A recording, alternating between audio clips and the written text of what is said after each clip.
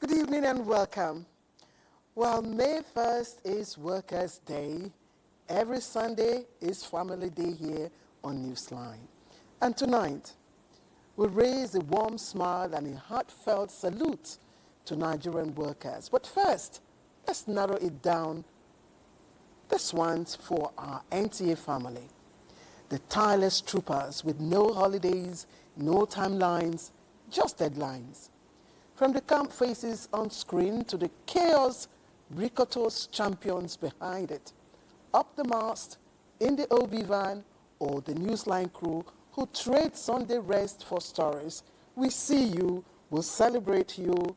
You, my dear colleagues, are the superheroes without capes, just ID cards on faded lanyards. And of course, to our cerebral sentinels at the top, whose eyes scan departments and stations with drone-like precision, minus the noise, of course. Nothing escapes them, not even a comma that is out of place. We greet you. Tonight, we meet a young Khalifa whose brilliance could have Tony Stark scrambling for notes. And what started as a routine trip took a turn. A traffic delay, a detour, and a discovery that left our vintage reporter quietly awestruck. Now, in a trade often dismissed as menial, we meet a woman, Alabaru, a market porter who carries more than loads, pride, purpose, and a rhythm that commands respect. And then, of course, a love story, no cliches, just destiny in motion. So let's get started with Ogochukwuka Ona, who's hiding a whole galaxy under that scarf of hers. Captain Claire, so you took note of the galaxy hairstyle behind the scarf, with your eagle eyes taking critical note of details. You know I love you for that. Thank you. Thank you. And happy Workers' Day in arrears, and permit me to borrow your words for being the tireless trooper with no holidays, no timelines, just deadlines, right? All right, thank you for joining us. And now the news. The 2025 nationwide flood sensitization program has been officially launched by the federal government. It is with the desilting of blocked drainages at some flood-prone areas within the Federal Capital Territory. Charles Alpha reports. Recent rains, particularly those in the Federal Capital Territory, are already showing signs of the anticipated flooding. And because of blocked drainages like this, there are already fears and apprehensions among residents in parts of Abuja. When rainfall here is very dangerous, let's be sincere. You will see dustbin, see this fantastic all the way from the hill. They should tell people they should not be dropping it. Palm fruit, the stick, when they cut, they will drop it, they gather it, erosion will bring it. Anything they drop there is coming down here. This is why the federal government, through the Erosion, Flood and Coastal Zone Management Department of the Federal Ministry of Environment, has commenced the 2025 Flood Awareness and Preparedness Campaign, beginning with the Federal Capital Territory. Part of activities marking the flag off was the desiltation of blocked drainages. Over the years, they've been dumping refuse indiscriminately along this waterway, and at the end of the day, it got blocked through these pipes. So we came in here to demonstrate to the people that what they are doing is actually wrong. Apart from the general hospital and market, those in the motor parks were also sensitized on what to do before, during, and after the rains. Charles Alpha, NTA News. The Presidential Compressed Natural Gas Initiative and the National Union of Road Transport Workers have successfully enforced a 40% reduction in transport fares for CNG-powered vehicles operating from Area 1 Motor Park in Abuja. Lydia Sampson reports that this development is expected to bring relief to commuters in the FCT and promote the use of CNG as a more affordable and environmentally friendly alternative to fuel. Formal agreement, NURTW members operating on key routes such as Abuja to Itakpe and Ajakuta, as well as Abuja Metropolis commercial drivers, had converted their vehicles to compressed natural gas, with government insisting that the resulting operational savings must translate directly into a 30 to 40% reduction in passenger fares. This is part of ensuring that the benefits reach commuters across Nigeria. Presidential Compressed Natural Gas CEO Michael Oluwagbemi announced that fares from Area 1 to various destinations have significantly reduced. Area 1 to Gwagwalada, when they were on fuel, it was going for 1,500 naira. We have been able to reduce it to 900. Area 1 to Buhari Duse is also 1,500. That also has been reduced to 900. Area 1 to Kuje, when they were running on petrol, is 1,200. That also has been reduced to 720 naira. Vehicles that have been converted, we have a price tag written on the vehicles, so that you as a passenger, if you are going to Gwagwalada, Nyanya, you will notice that this vehicle is being converted and this is the price tag. Conversion has gone on very well. Of course, the gas is different to just petrol stations, so the infrastructure has lagged a little bit. But we have, currently now in Abuja, there are 10 stations. He's optimistic that the challenge is being tackled as more stations are in the pipeline. In Abuja, Lydia Sampson, NTA News. The federal government has approved the establishment of disease-free compartments and zones for the animal production of 1.2 billion dozen of vaccines across board, with the National Veterinary Research Institute, JOS, taking the driver's seat. Government says this is to reposition Nigeria as one of the safest, most leading destinations for beef production, marketing and consumption in the world. Yusuf Jika completes the report. The National Veterinary Research Institute VOM has remained in the heart of the nation's livestock industry for decades, leading key research and discovery clinical solutions to animal diseases. During an inspection tour of some of the facilities at the Institute, Minister of Livestock Development, Idi Mukhtar Meha, said the temper for clinical surveillance, innovation and vaccines will be prioritized. This new ministry has already had a number of commitments, investment proposals from both local and foreign investors, particularly in the red meat industry. There is no way we can approach the international global market of red meat with zoonotic diseases all over the place. We have to be in the position to control all those endemic diseases in this country. We are willing to turn things around. If given the enabling environment, provided with the facilities, we will work. We will make this institute great, we will make Nigeria great. The minister also inspected the 200 capacity heifer cows milkway dairy farm Bokos, where he promised to develop a roadmap and reviving the factory.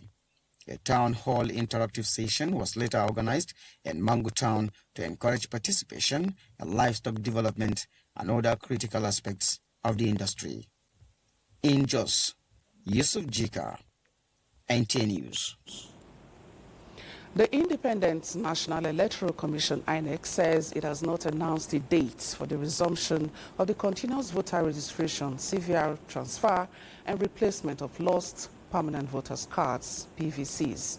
A statement by the Chief Press Secretary to INEC Chairman Rotimi Oyekomi urges the public to disregard the fake and anonymous statements making the rounds, claiming that the CVR and other associated services will resume on 27th May 2025. The Commission will officially announce the date for the resumption of the CVR at the appropriate time. The statement adds. And now the Nigerian Correctional Service refutes recent claims of poor inmate feeding, calling them recycled, misleading, and untrue.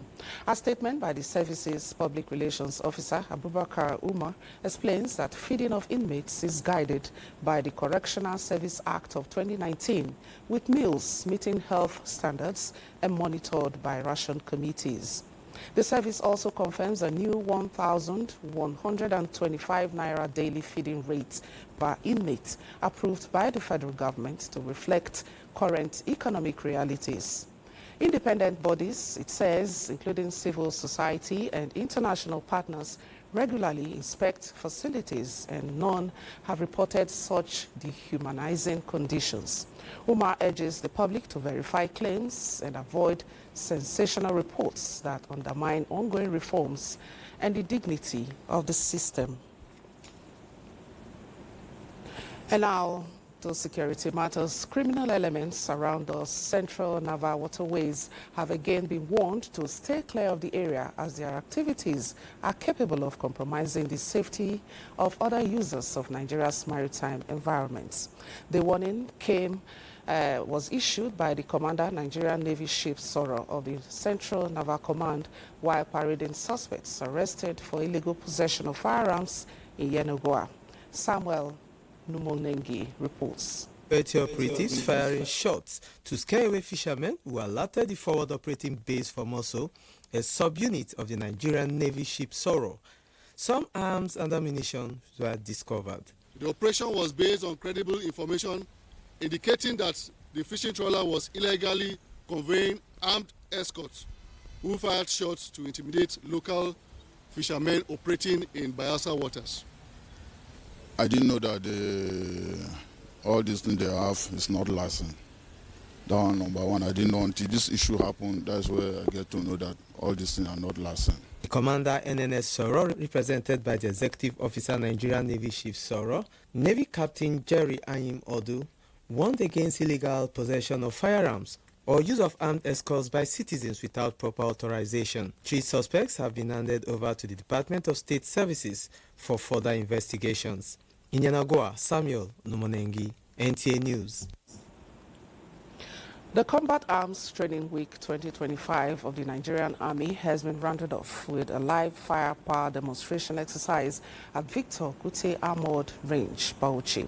It is for the participants to see the techniques the Nigerian Army is using in various theater of operations across the country. Muazu Hassan reports.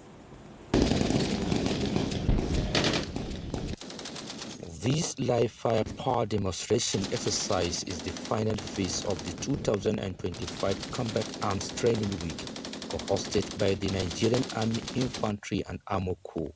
The exercise is the first-hand performance of complete support weapons, armor personnel carriers of infantry, and armored fighting vehicle of the Nigerian Army Armor Corps Infantry.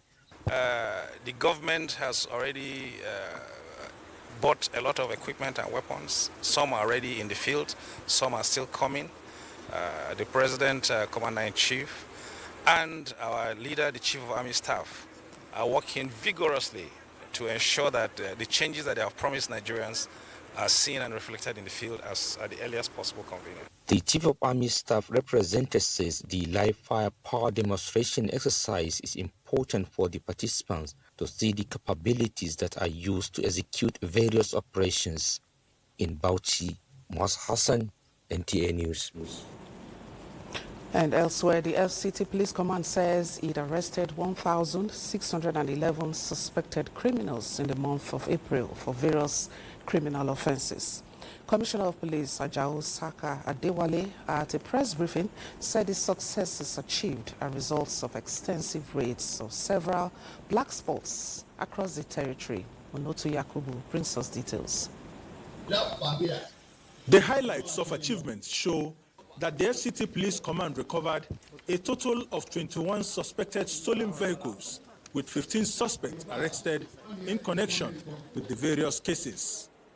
Commissioner of Police Ajao Saka said the command undertook comprehensive analysis of crime patterns following rise in cases of car theft and drug-related offenses, leading to these breakthroughs. I want to equally appeal strongly to members of the public that will continue to feel security as a collective responsibility. When music changes, the dancing step ought to change. Everybody should be concerned and be intentional about the security of not only their person, including their assets. For instance, CP Ajao Saka further explained that through credible intelligence-led raid of IDP camp Durumi, Kuje Gudaba Tipa Garage, and black spots across Kubwa recovered substantial quantities of assorted hard drugs, cannabis, suspected stolen mobile phones, point-of-sale POS machines, 169 ATM cards, fake currencies, and a substantial amount of cash suspected to be proceeds of crimes. Onoto Yakubu, NTA News. That was a lot. And operatives of the National Drug Law Enforcement Agency, NDLEA, have intercepted no fewer than 3,500,000 pills of opioids and 163,000 bottles of codeine syrup, with combined street value of over 3,428 billion naira in Rivers and Lagos states. Elizabeth Omoyi has a compilation of the various operations of the agency in the past week. 2 million pills of tafrodol weighing 225 milligrams and 163,000 bottles of codeine syrup were intercepted during a joint examination of a watch-listed container by NDLEA officers, men of customs service, and other security agencies at the Port Harcourt Port Complex, Rivers State. In Lagos, a total of 1.5 million pills of a controlled opioid were recovered from a suspect at the Alabaragu area of Ojo, while the source of the consignment was traced to Victoria Garden City, Lekki, residence of a suspect who is currently at large. Meanwhile, NDLEA operatives at the import shed of the Murtala Mohammed International Airport, Ikeja, Lagos, intercepted 42 parcels of Canadian loud, a strong strain of cannabis weighing 20 kilograms, concealed in tins of chocolate, beverage, white and dark red kidney beans packaged as part of cargoes that came into Lagos Airport on board a flight to Canada. 3 suspects, including the receiver, were arrested. In like manner, a businessman with 1,130 pills of tramadol was also arrested at the Lagos Airport while attempting to board a flight to Italy. In Kaduna, NDLEA operatives on patrol intercepted a commercial vehicle coming from Nasarawa State heading to Zamfara State. A search of the vehicle led to the discovery of a total of 942 explosives concealed in a sack, and this followed the arrest of a 30-year-old suspect.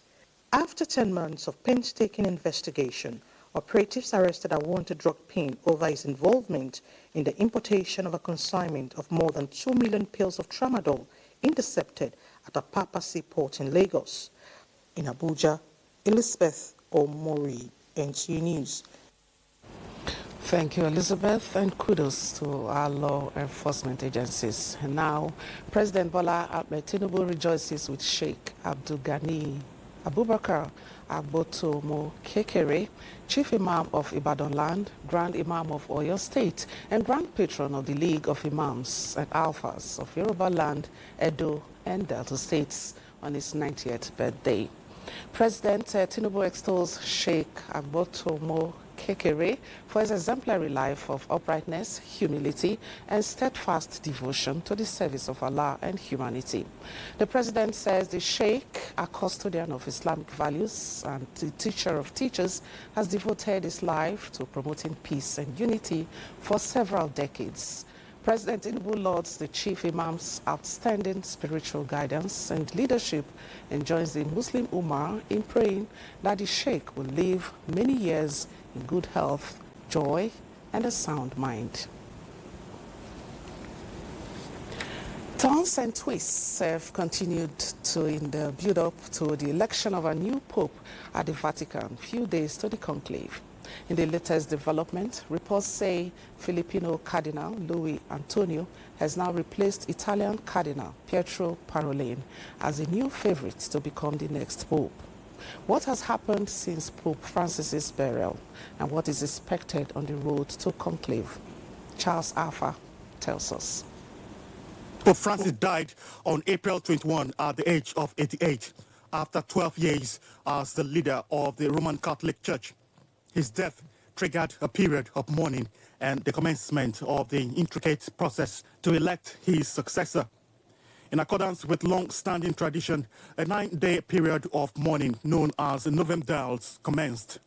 This period is marked by special masses and prayers by cardinals from around the world.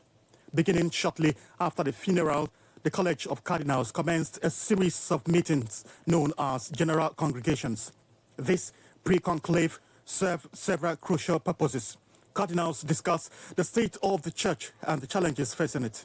While direct campaign is prohibited, these discussions allow potential candidates to emerge and for the cardinals to gauge suitability.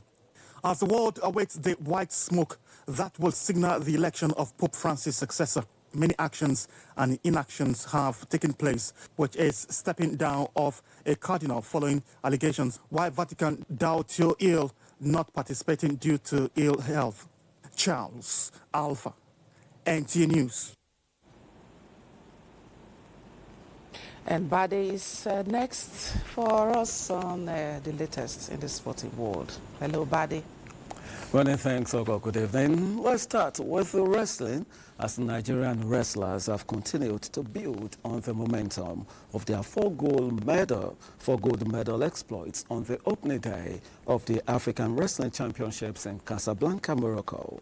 In action on day 2 are Adebayo Tokwe in the 70 kilograms category, Andrew Ebiraleyefa in the 74 kg, Jackson Oluwafemi 80 kg, Egoli Saviour 60 kg, Izolo Steven 65 kg, New Life Ebikeme in the 92 kg freestyle. In the freestyle women's category, Khadijat Idris, Jumoke Adekoye, Mercy Genesis, Ebi Biogos, and Ebi Patay Mogene Bifa are all in action to increase Nigeria's medal tally. To football now, Nigeria's under-20 boys, the Flying Eagles, settled for a goalless stalemate against the young Atlas Lions of Morocco on match day 2 of the ongoing under-20 Africa Cup of Nations in Egypt. The result leaves Morocco and Nigeria with 4 points each on top of Group A.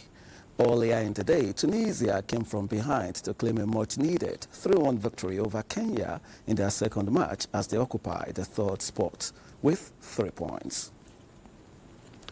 To a bit of league football now, as Chelsea put a spirited performance with a 3-1 win against much-changed Liverpool side to boost their chances of Champions League football next season.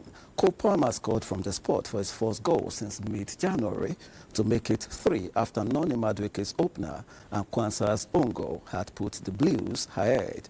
Meanwhile, Manchester United may have given up hopes on this Premier League season with yet another disappointing result as Brentford secured a win in a 7-goal thriller to boost their chances of European football next season.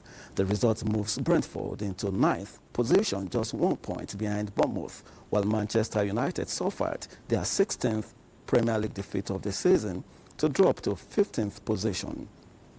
At the Annex Stadium, Alexander Isak earned Newcastle a draw with a late penalty against Brighton. Elsewhere, West Ham United are now without a win in their last 8 games after settling for a draw against London rivals Tottenham Hotspur. And of course, in Germany, Bayern Munich have been declared the champions of Germany. Congratulations to them. And to a bit of tennis now before we go. Casper Ruud defeated Jack Draper 7-5, 3-6, 6-4 to win the Madrid Open title and his first ATP title.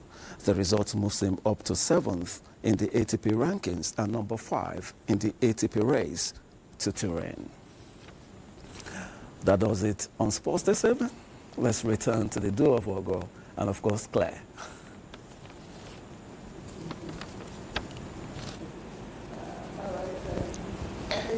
Claire is on. Yes, Ogo, I am on, and I'm just trying to tease Bade in his new outlook. Maybe you want to lead our fashion team today. But All right. I think Nigeria and Morocco 0-0. That's, I don't know if it's good for us. I haven't been following. I must confess. The week has been, quite busy. If you know, it was Workers' Day and so on and so forth. But our wrestlers, I hear, are doing wonderfully well. So far, they have 4 gold medals. So far, that's remarkable, considering, of course, that in weightlifting and wrestling, we have always done very, very well, especially when it comes to female events.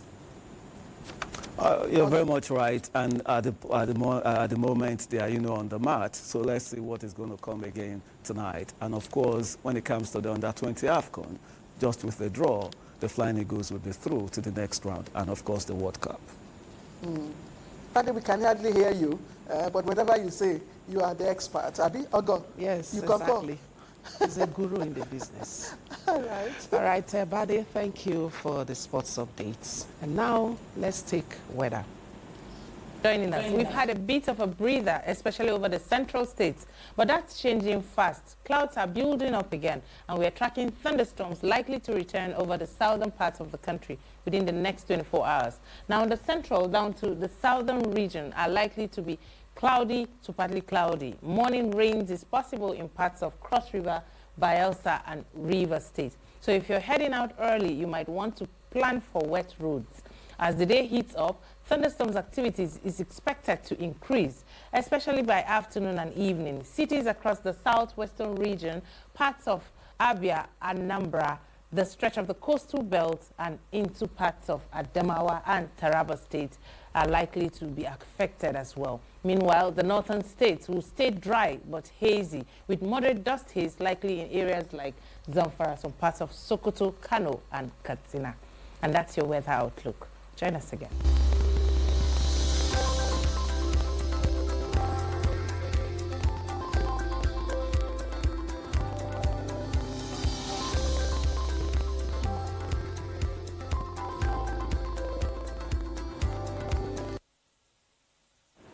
All right, at this point, I hand the baton back to Captain Claire.